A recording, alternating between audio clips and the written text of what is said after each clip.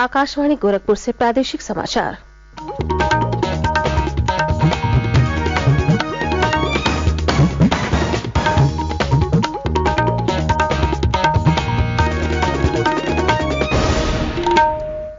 नमस्कार, समाचार बुलेटिन के साथ मैं सोनी निगम।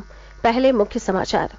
प्रधानमंत्री नरेंद्र मोदी ने आकाशवाणी से मन की बात कार्यक्रम में कहा, डिजिटल लेन देन तेजी से देश की अर्थव्यवस्था का हिस्सा बन रहा है। लोगों से यूपीआई का अधिक से अधिक उपयोग करने की अपील की। प्रधानमंत्री ने लोगों के सहयोग से तालाब के सौंदर्यीकरण के लिए रामपुर जिले की ग्राम पंचायत पटवाई की सराहना की। कहा, देश के हर जिले में 75 अमृत सरोवरों का किया जाएगा निर्माण।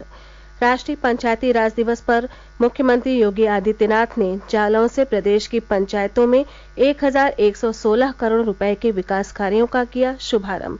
और लखीमपुर खीरी हिंसा मामले के आरोपी आशीष मिश्रा ने न्यायालय के समक्ष किया आत्मसमर्पण।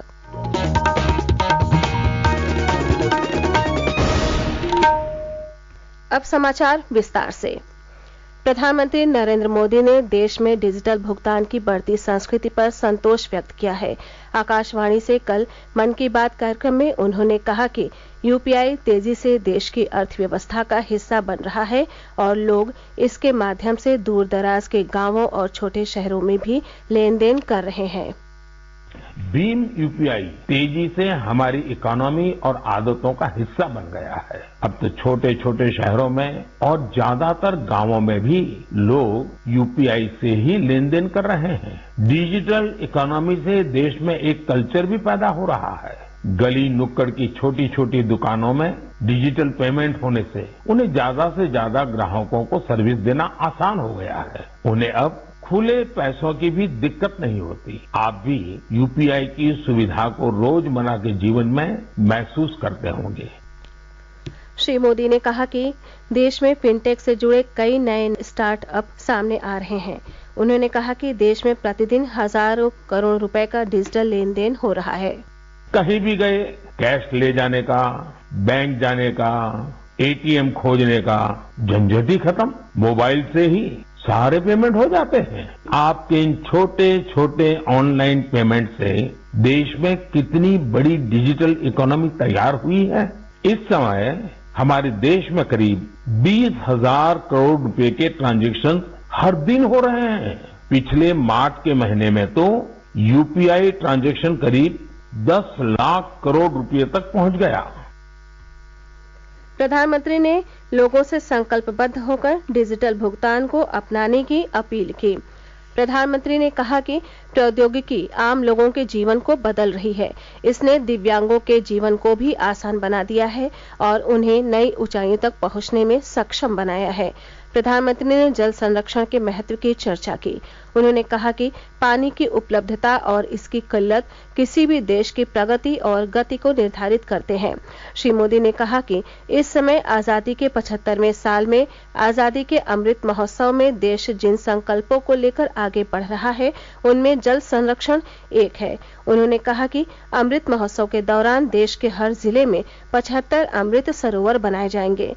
श्री मोदी ने युवाओं से अपील की है कि वे इस अभियान के बारे में जानें और इसकी जिम्मेदारी भी उठाएं। प्रधानमंत्री ने प्रदेश के रामपुर की ग्राम पंचायत पटवाई की चर्चा की। वहां पर ग्राम सभा की जमीन पर एक तालाब था जो गंदगी और कूड़े से भरा था। पिछले कुछ सप्ताह में स्थानीय लोगों और स्कूली बच्चों की मदद से इस गंदे तालाब का काया पलट हो गया है। इस सरोवर के किनारे फव्वारे और प्रकाश की व्यवस्था की गई है। यूपी के रामपुर की ग्राम पंचायत पटवाई के बारे में जानकारी मिली है। वहाँ पर ग्राम सभा की भूमि पर एक तालाब था, लेकिन वो गंदगी और कूड़े के ढेर से भरा हुआ था। पिछले कुछ हफ्तों में बहुत मेहनत करके स्थानीय लोगों की मदद से, स्थानीय स्कूली बच्चों की मदद से उस गंदे तालाब का कायाकल्प हो गया है। अब उस सरोवर के किनारे रिटेनिंग वॉल, चार दीवारी, फूड कोर्ट, फव्वारे और लाइटिंग भी न जाने क्या क्या व्यवस्थाएं की गई हैं। मैं रामपुर की पटवाई ग्राम पंचायत को, गांव के लोगों को, वहां के बच्चों को इस प्रयास के लिए बहुत बहुत बधाई देता हूं। श्री मोदी ने कहा कि देश के नए प्रधानमंत्री संग्रहालय के प्रति लोगों में काफी उत्सुकता देखी जा रही है। 14 अप्रैल को बाबा साहेब आम्बेडकर की जयंती पर नई दिल्ली में प्रधानमंत्री संग्रहालय राष्ट्र को समर्पित किया गया था।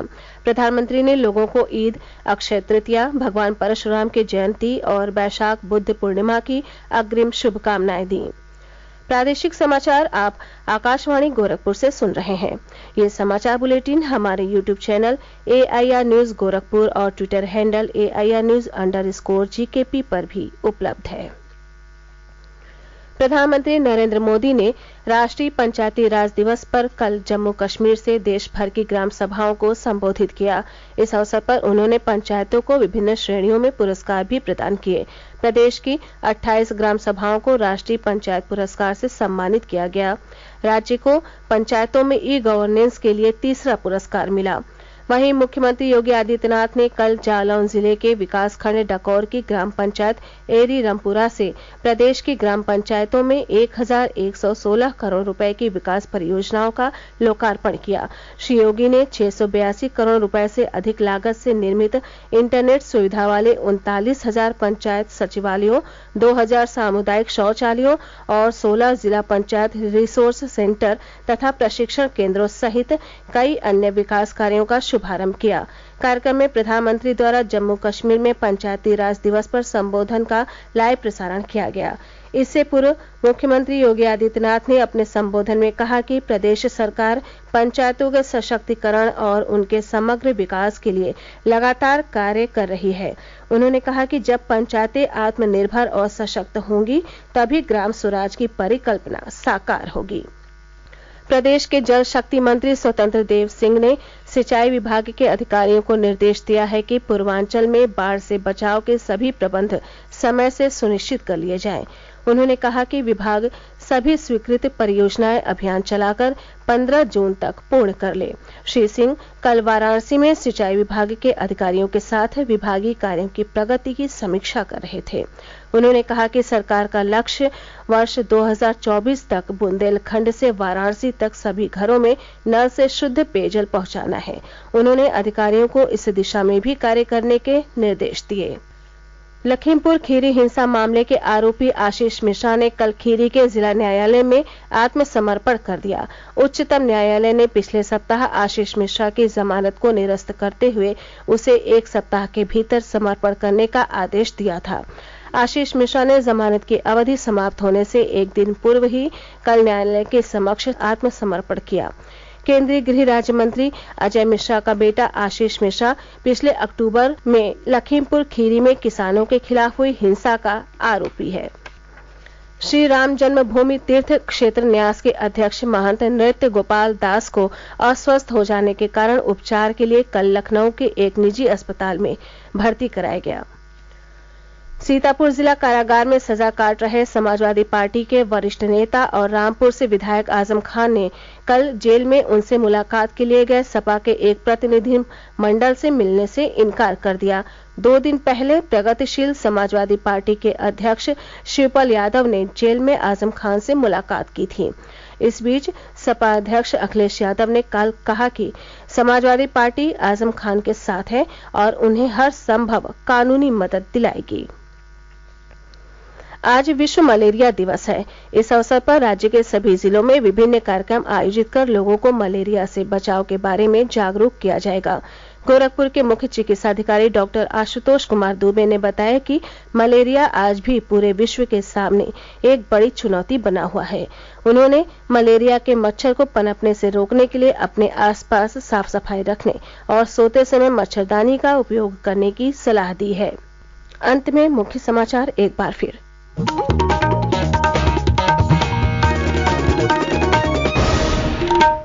प्रधानमंत्री नरेंद्र मोदी ने आकाशवाणी से मन की बात कार्यक्रम में कहा, डिजिटल लेन देन तेजी से देश की अर्थव्यवस्था का हिस्सा बन रहा है।